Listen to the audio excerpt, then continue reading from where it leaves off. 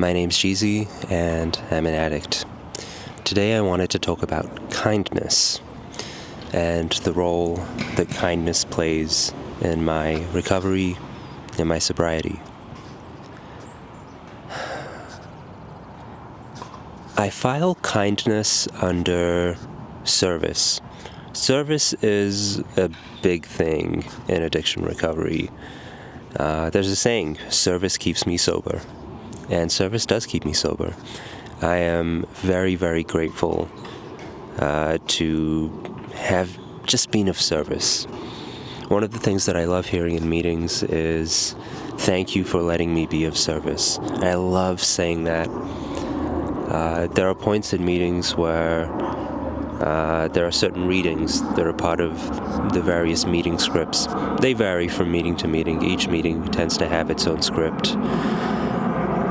But one thing that I always love is being able to say, thank you for letting me be of service. Because it's really good to do things, it feels really good to do things that are not just centered around you.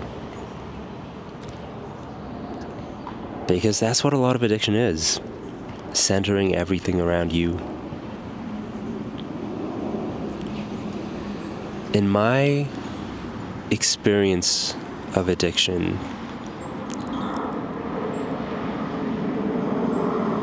my emotional range and capacity and ability to feel became severely restricted and severely constrained. Because I was hurting, and I didn't want to hurt. I didn't want to hurt. I wanted to feel numb.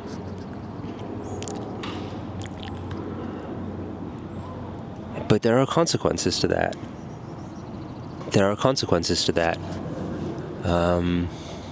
One of those consequences was that I began to lose the capacity to feel and empathize with the pain and the suffering of others. I became numb to that too. I became less impacted by that.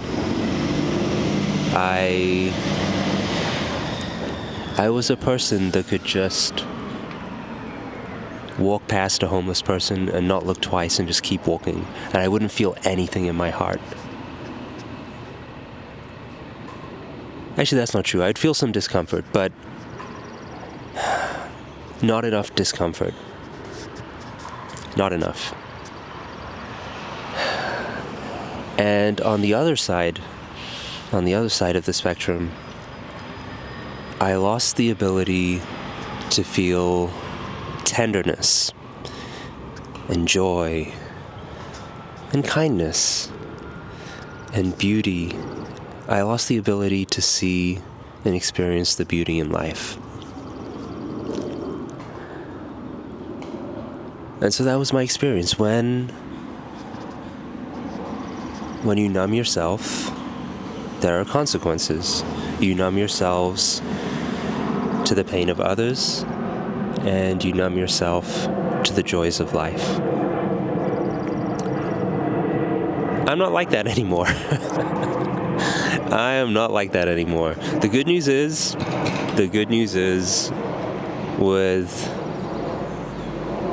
enough recovery and enough sobriety, that range comes back.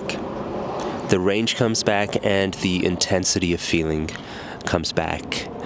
But that comes with its own challenges.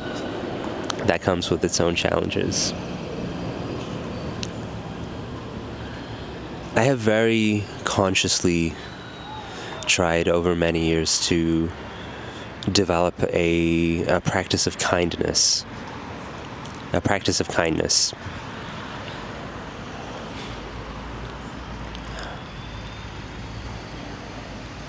And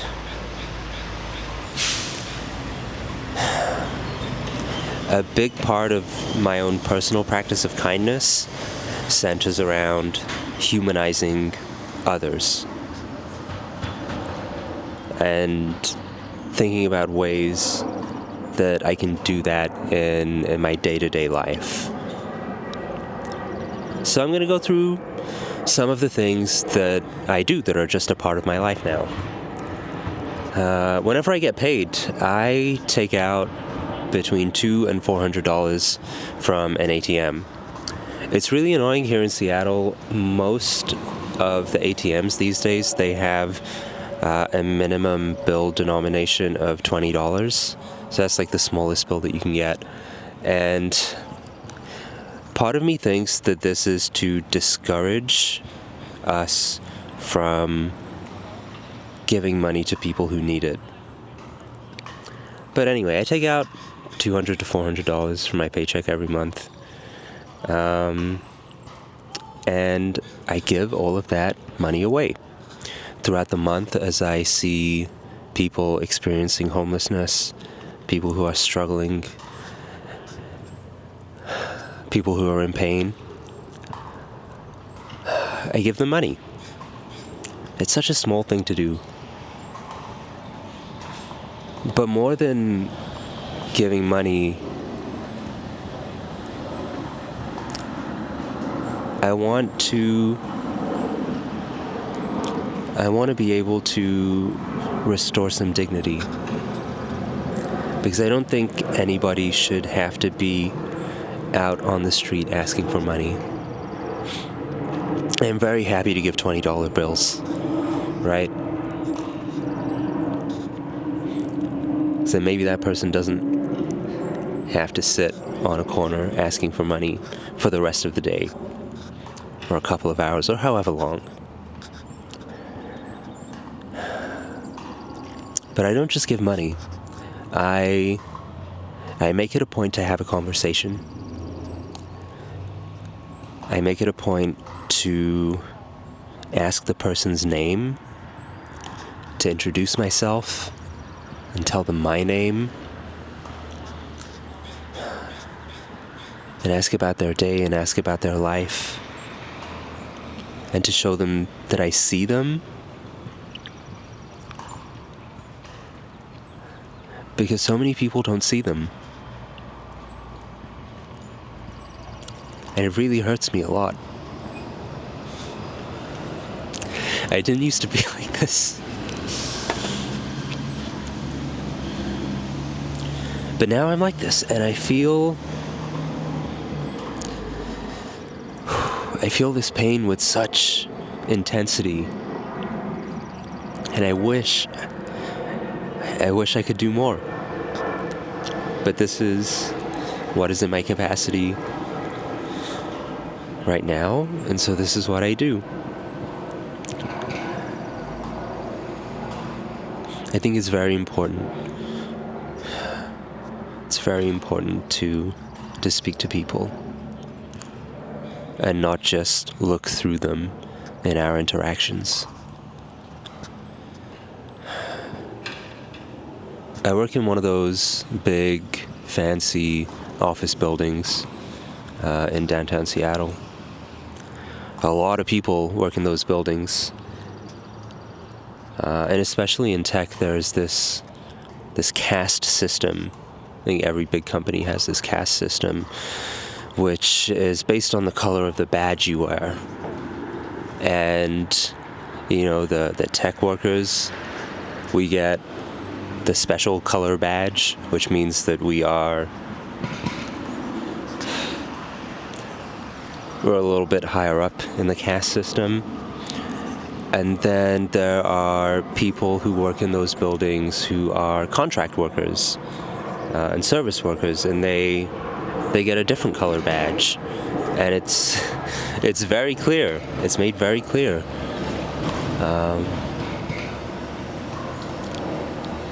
That's not nice.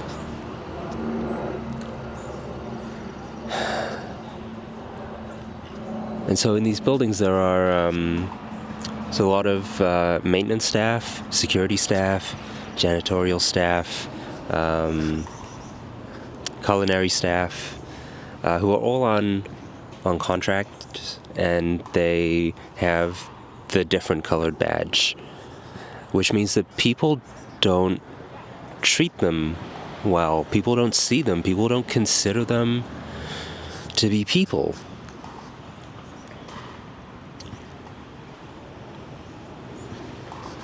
And so in my practice of kindness, in all of my interactions with them, I want them to feel like I see them as people in a building where thousands and thousands and thousands of people just look through them and look past them every single day.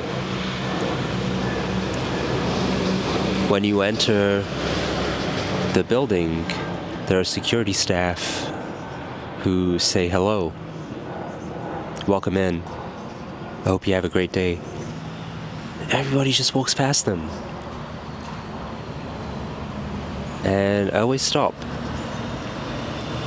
I say hi, say how are you, I hope you have a good day too. I ask their names. They know my names.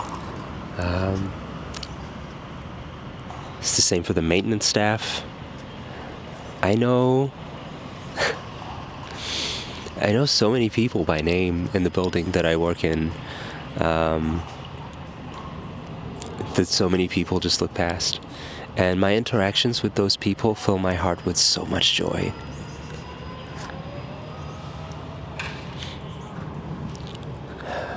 Because I smile when I see them, and they smile when they see me. And they smile when I call them by their names.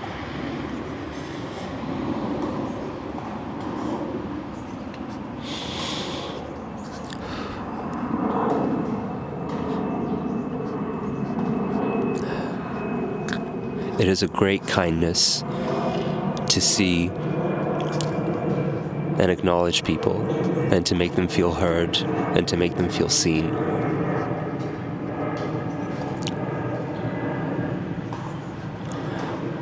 It's a great kindness, and it's a healing kindness.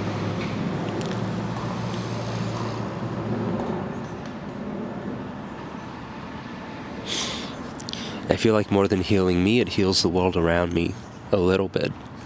And the world is really messed up. The world is really, really messed up. And for a very, very long period of my life, I wanted to be numb to that, or the only thing that I could feel towards that was anger. And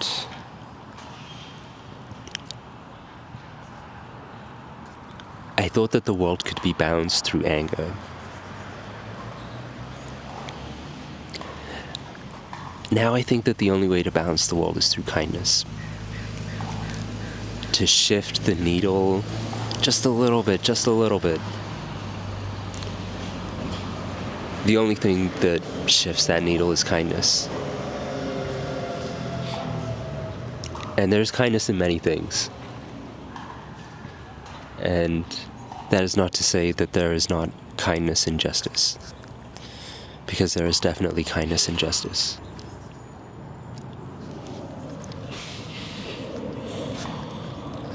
So I feel a lot now, and I feel with a lot of intensity now.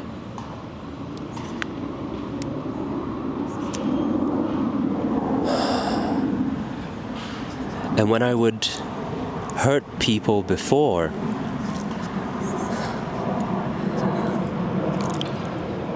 I didn't feel it as much. Because I was so numb, and because the range and the intensity of my emotions was severely restricted and severely constrained. But now I'm a person in recovery. I'm a gratefully recovering addict. But I still hurt people sometimes. But now I have to feel that. I have to sit with that. I have to live with that. And that's real hard.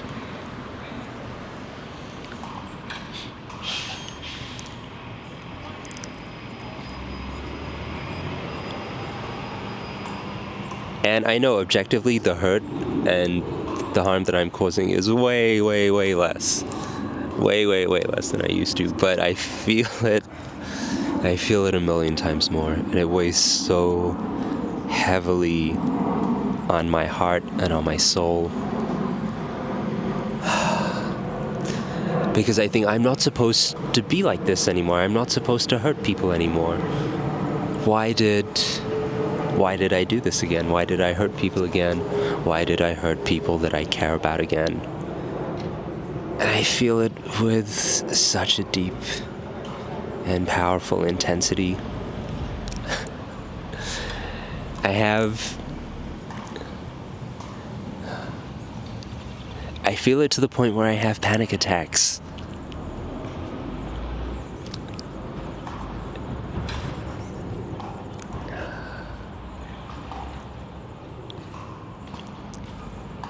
And I'm grateful for that. I'm grateful for that because I need that. I need that to make sure that going forward I don't do the same thing again. And I wish there could just be a point where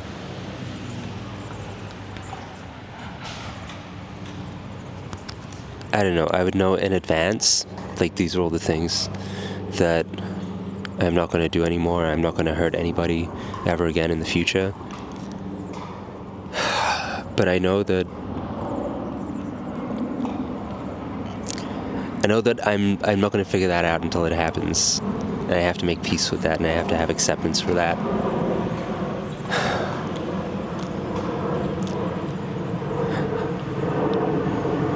So how do these two things tie together?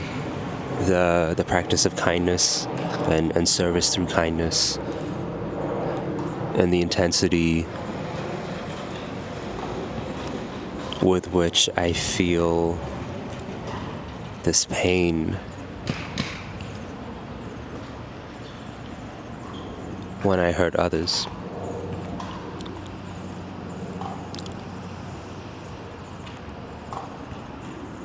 It makes me feel fake and insincere.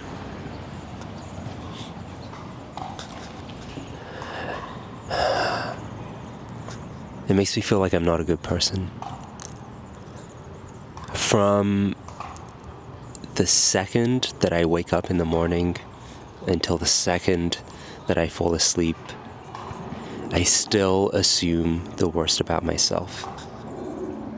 Every single day, I assume the worst about myself. In my view of myself, I am a bad person who sometimes does good things. And that's on a good day. That's my view of myself on a good day. I am a bad person who sometimes does good things. I am a bad person who sometimes does kind things.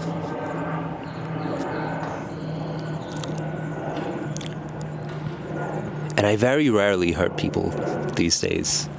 I very, very, very rarely hurt people these days. But when I do,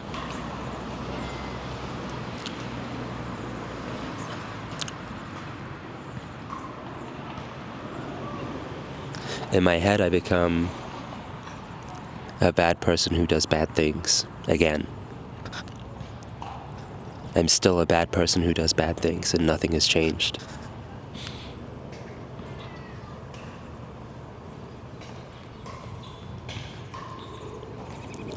And I want so desperately to be a good person. I want so desperately to be a kind person. But I don't know how to get to the point where I can believe that about myself, and I can believe it when other people say that about me. There are people who are very close to me who say that to me, that you're a good person and that you're a kind person. And I say, y'all are biased. Y'all are biased. You're saying that because you like me, because you know me, because you love me. That doesn't make any sense. I know that doesn't make any sense.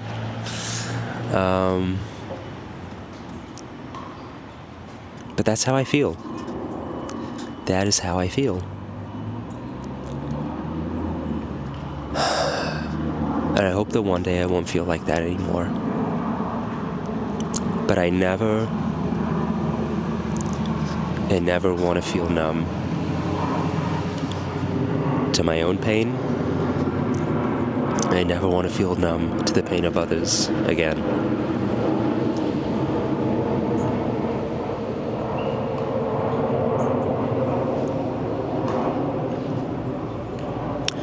That is what I have got for today. That is what I have got for today. My friends, I hope that whatever you will do today, you have a great day. Free Palestine. And I'll see you all back here next time.